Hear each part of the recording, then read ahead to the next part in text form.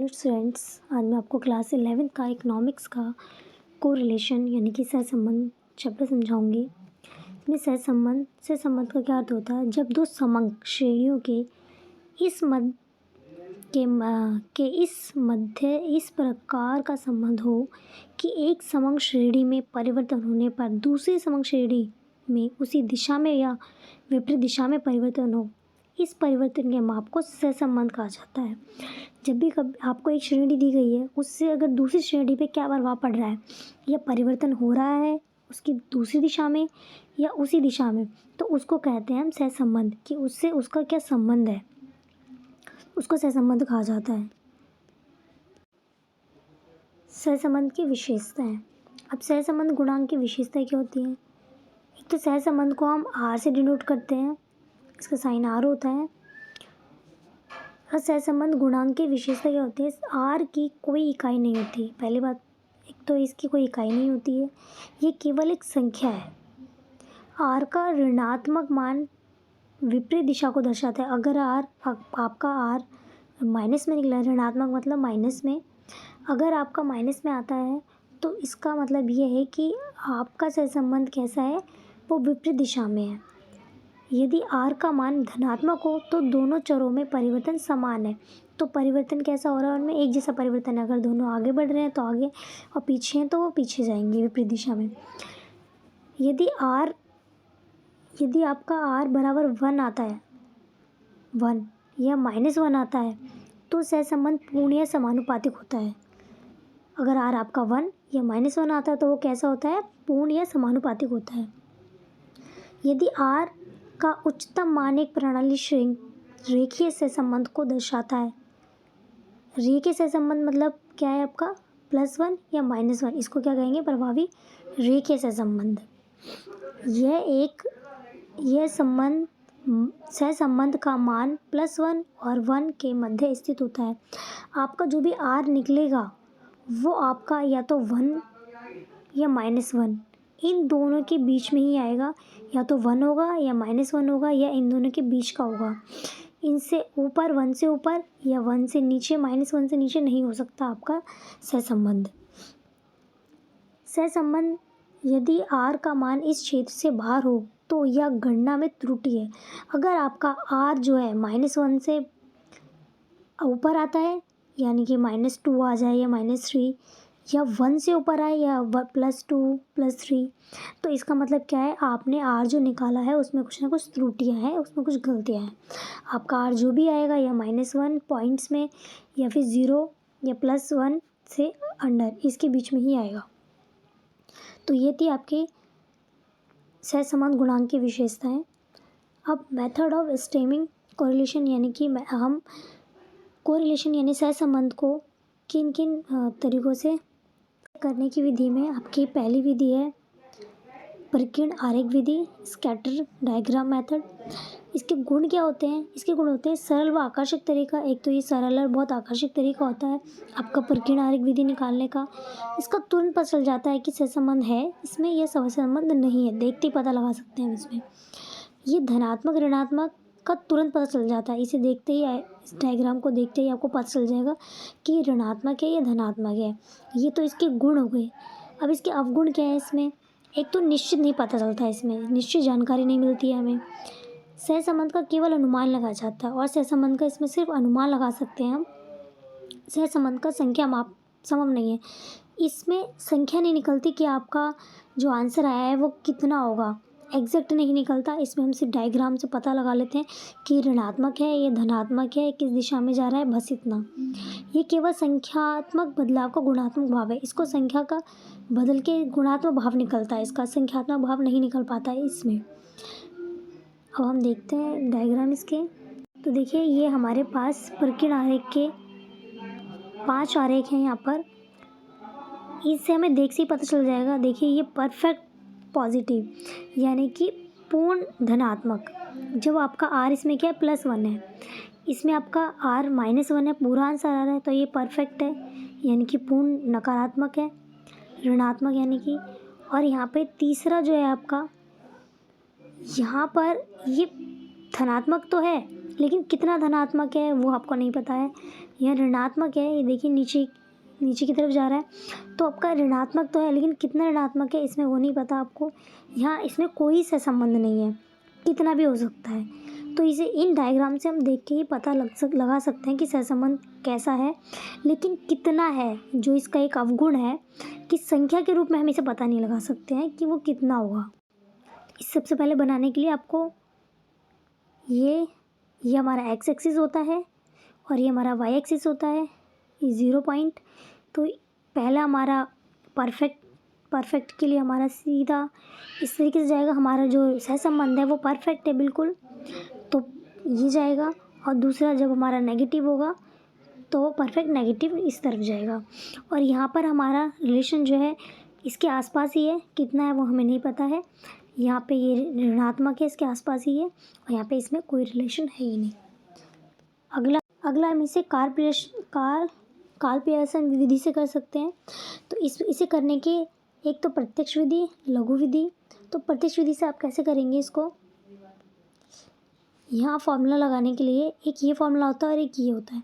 तो यहाँ पर आपको मानक विचलन यानी कि स्टैंडर्ड डेविएशन निकालना है, लेकिन इसको आसान बनाने के लिए ये वाला फॉर्मूला बनाया है, तो आप इस फॉर्मूले से करें। यहाँ पे x कैसे निकालना है आपको, स्मॉल x और स्मॉल y दिया हुआ है, तो स्मॉल x निकालने के लिए आपको x में से माइनस करना पड़ेगा मीन यानी कि समांतर माध्य। जब आपको क्वेश्चन दिया होगा सबसे पहले आप समांतर माध्य निकालेंगे उसका, और वो यहाँ पे लिखेंगे, तो आपकी x जो स्मॉल x है वो यहाँ निकल जाएगा। सेम स्मॉल y निकालने के लिए होता है कि y में से आप y का मीन माइनस करेंगे, आपको 2 दिए गए होंगे, x दिया होगा और y दिया होगा। यहाँ से आप x मीन यानी x का समांतर माध्य निकालेंगे, और यहाँ से आप y का समांतर माध्य निकालेंगे। जब दोनों का समांतर माध्य निकल जाएगा तो आपको स्मॉल x और स्मॉल y निकालना है।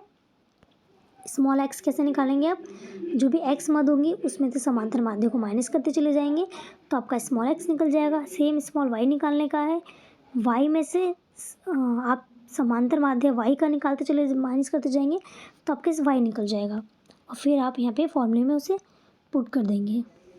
ये सिग्मा एक्स वाई, यहाँ पे x और y जो मीन निकलेगा उसको मल्टीप्लाई कर देखिए, इसका टोटल निकालेंगे। यहाँ पे जो x स्मॉल x निकला है उसका स्क्वायर, और यहाँ पे y स्मॉल का स्क्वायर।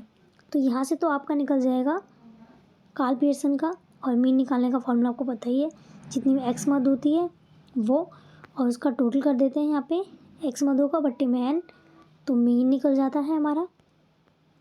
ये विधि हम कब यूज़ करेंगे, पहले तो आपको कैसे पता लगेगा कि हमें प्रत्यक्ष यूज़ करना है कि लघु विधि लगानी है इसमें या पद विचलन विधि लगानी है। तो जब भी आपको समांतर माध्य निकले और वो पूर्ण रूप में आए, आपका पूर्ण यानी कि मान लीजिए 30 आ गया, 50 आ गया, 38 आ गया, मतलब पॉइंट्स में ना हो, पूरा जब भी निकलेगा तो आप कौन सी विधि लगाएंगे, प्रत्यक्ष विधि निकालेंगे। समांतर माध्य आपका जब पूर्ण निकलेगा। लघु विधि आपको कब निकालनी है, लघु विधि आप जब निकालेंगे जब का समांतर माध्य पॉइंट्स में हो, इस तरीके से, जब पूर्ण ना हो आपका तब आप लघु विधि लगाएंगे। अब लघु विधि का फॉर्मूला आपका ये होता है, इसे कैसे निकालना है आपको, देखिए यहाँ पे आपको निकालना है sigma D X D Y, D X into D Y upon में N, sigma D X square D X upon में एन स्क्वायर उसका, और D Y square minus D Y whole square upon में एन। इसे निकालने के लिए आपको पता होना चाहिए डी एक्स कैसे निकालना है, एक्स माइनस ए, जैसे आप समांतर माध्य में निकालते थे, जो एक्स मद हैं उनमें से ए माइनस करते चले जाते हैं तो आपका डी निकलता जाता है। तो डी कैसे निकलना है यहाँ पे, एक्स माइनस ए क्या होता है यहाँ पे, जबकि एक्स मद होती है उनमें से कोई भी एक मद को आप एज्यूम कर लें तो वो आपका ए होता है, माइनस करते चले जाएंगे तो ए निकल जाएगा यहाँ पे। उसी तरीके से जब वाई की श्रृंखला में जाएंगे आप तो वाई में से भी ए माइनस कर दीजिए जाएंगे आप तो डी वाई निकल जाएगा आपका, और फिर फॉर्मूले में इसको पुट कर देंगे। और इस विधि का प्रयोग आपको तब करना है जब समांतर माध्य आपका दशमलव में होगा। अगली आती है आपकी पद विचलन विधि, इसका यूज़ करेंगे आप डी, इसमें डी डैश निकलता है आपका, d x dash d y dash. अब डी वाई कैसे निकलता है, आपको यहाँ क्या करना है, सी से डिवाइड कर देना। अब सी क्या होता है, आपको 0 से 10, 10 से 20, इनके बीच में जो डिफरेंस है 10 का है तो सी हो जाएगा आपका वो, डिवाइड कर देंगे तो डी डैश आप डी एक्स डैश निकल जाएगा आपका, यहाँ पे वाई डैश निकल जाएगा आपका, और आप इस फॉर्मूले को लगा देंगे। अब आपका सहसंबंध निकालने की तीसरा तरीका होता है स्फेयरमैन रैंक से। स्फेयरमैन से आप कैसे निकाल सकते हैं? इसमें 3 तरीके हैं। पहला, जब क्रम दिए गए हों आपको, यानी 1 2 3 ऐसे क्रम आपको दे रखे होंगे। दूसरे वाले में जब क्रम नहीं दिए होंगे। तीसरा, जब कोई क्रम बराबर दे दिया हो, ऐसे दो बार आ गया, ऐसे जब बराबर क्रम दे दिए गए हों तब। तो जब आप क्रम दिए गए हों तो आप ये वाला फॉर्मूला लगाएंगे, 1 minus 6 sigma d square n cube minus n. D आपको कैसे निकालना है? यहाँ पे are minus R2, R1 minus R2। अब यहाँ पे मैं जब क्वेश्चन कराऊंगी आपको तो और अच्छे से क्वेश्चन से ही समझाऊंगी कि आपको किस तरीके से निकालना है। यहाँ पे जो आर दिए, आर आपको रैंक देनी पड़ेगी, रैंक देके फिर आप उसमें से माइनस कर जाएंगे तो आप यहाँ पे डी निकल जाएगा आपका। अब दूसरे जब क्रम ना दिए गए हों आपको, तब क्या करना है आपको? तब आप यही फॉर्मूला लगाएंगे सेम। यहाँ पे आप क्या करेंगे? रैंक दे देंगे इसमें। मान लीजिए ये 10 है, 8 6 9 और 10। यहाँ पे ये 2 मदे एक साथ आ गई तो आप यहाँ पे नंबरिंग देनी है आपको। जैसे मान लीजिए इसको 1 दिया आपने, इसको 2 दिया, 3। अब यहाँ क्या करेंगे? 2 नंबर एक साथ आ गए तो इसको आप दे देंगे 4.5 और इसको भी दे देंगे आप 4.5 नंबरिंग। ये तो आपका हो गया जब क्रम, जो मैंने आपको वही बताया वो आपको इसमें करना है, इस वाली श्रेणी में। जब आपको बराबर दे दिए गए होंगे तो जैसे मैंने ये बताया 4.5 नंबर्स दे देंगे और यहाँ पर वही आपका M1 और M2 हो जाता है वही। तो उसी तरीके से इस श्रेणी में करना है। और जब क्रम नहीं दिए होंगे तो उनको आप क्रम दे देंगे उसके रैंक के अनुसार। जैसे कि मान लीजिए 8 7 5 10 दिया गया है तो सबसे पहला रैंक किसको देंगे? 1 को, 2 को, 3 एंड 4। ये रैंक आपने दे दी। तो ये करना है आपको जब क्रम नहीं दिए होंगे उसमें। क्रम दिए हैं तो वो तो है ही, और जब बराबर दिए होंगे तो मैंने आपको बताया है अभी 4.5 उस तरीके से करके आप क्रम उसको दे देंगे वहाँ पर। अब इसकी जब क्वेश्चन कराऊंगी मैं तो अच्छे से बता दूंगी आपको किस तरीके से करना है। ठीक है, चलिए, थैंक यू। मिलते हैं अब नेक्स्ट वीडियो में।